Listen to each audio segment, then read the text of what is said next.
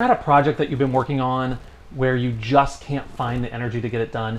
Everything about the project, you look at it and you just see the negatives, you see the roadblocks, and your energy level just dwindles. So it sits there. We've all been there. We've all been in that place where we just can't get ourselves to move. Creativity comes from a place of appreciation.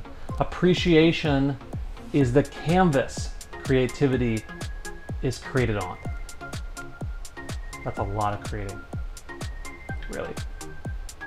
I'm John Coplen, and you're watching Architecting You: How to Design the Life You Want.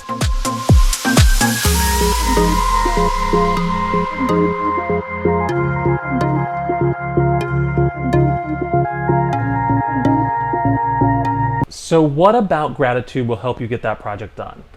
If you're in a place of fear or anxiety or indifference, all of those negative emotions are at the bottom of the emotional ladder.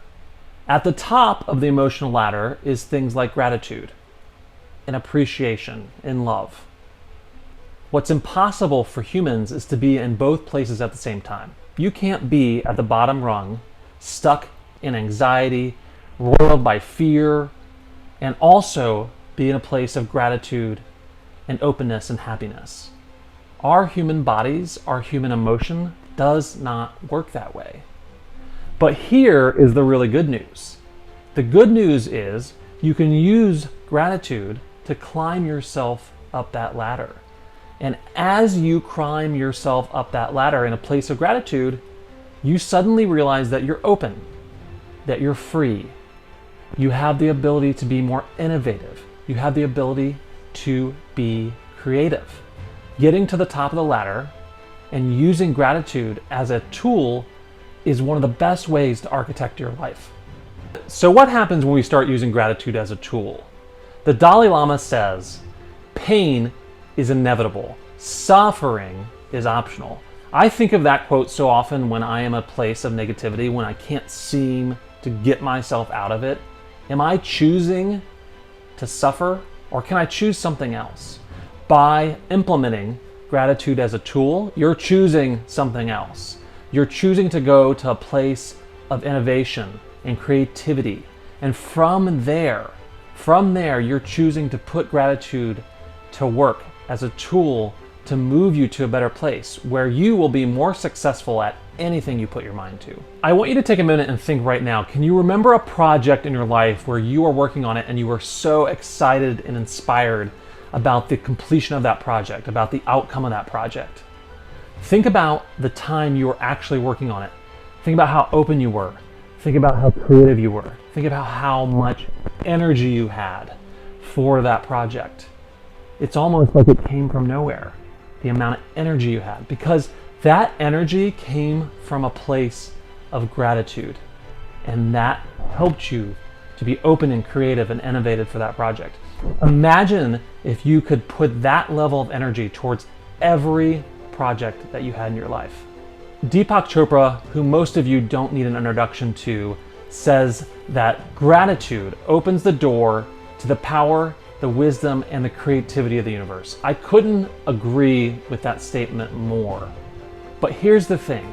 How do we put creativity to use as a tool for us?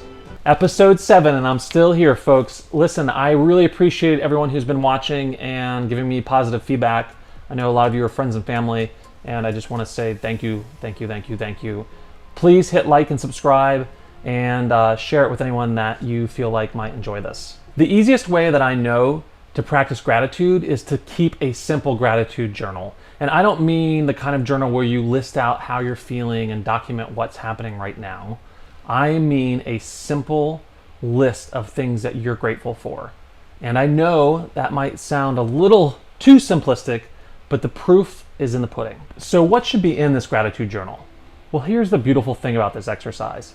It doesn't have to be huge, outlandish things. You can choose to be grateful for things that are in the moment that you're in. I could pick the paint color of the room I'm in, the dog who's sleeping at my feet, the beautiful sunlight coming through the windows. But you can also pick things that are bigger in your life. my job and my family. Whatever it is, you have access to something that you're grateful for. So why does this work? Every time we do the exercise, we'll find by the time we get to the end of it, we've shifted just a little bit, just a little more towards gratitude. And if you do that enough, if you find yourself doing it enough times, you're gonna rewire your brain. Your brain will have an easier time going from a place of despair to a place of gratitude. And from that place, everything becomes easier. And if you think of it this way, if I want to be in a place of gratitude, I have to practice it.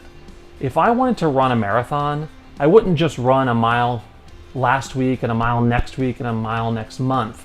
It would never get me to the point where I can actually run 25 miles. I need to practice every day just a little bit so that I can build up my endurance. That's what this journal will do for you. That's what this practicing will do for you. Here we are, everybody. Hey. Here are 7 easy steps to set yourself up for a successful gratitude journal. 1 is have a dedicated gratitude journal. Nothing else is written in there.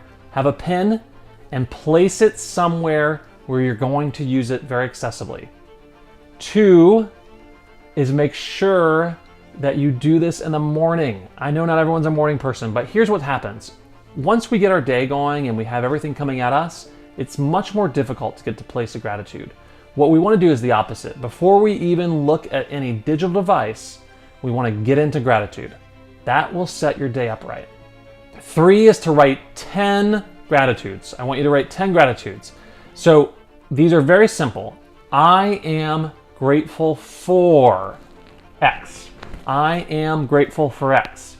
They have to be handwritten. We cannot do type. There's something about handwriting. When you write it out, it slows your brain down. It makes you think it and say it. 4, it's okay to repeat things from day to day. It's okay if you say the same things or different things. It doesn't matter. The point is that you get 10 of them out, whatever they are. 5 is to remember that some days are going to be very difficult to sit and write gratitudes. You're going to be overwhelmed with stress or something going on in your life, and it's going to be very difficult. On those days, it's most important to practice gratitude. But pick things that it's easy to do. For example, on those days, pick the paint color of the room, pick the sunlight, pick your dog. Things that you can easily have gratitude for, even in the most difficult times. Then on the days where you can easily get into a place of gratitude, where you're having no problem, pick something a little more challenging. For example, the person you're having a difficult relationship with. Can you show gratitude for them? 6 is that on the very first day you do this, I want you to jot down a little paragraph about how you feel. And then after you've done this for 14 days, I want you to do it 14 days, I want you to jot down how you've been feeling.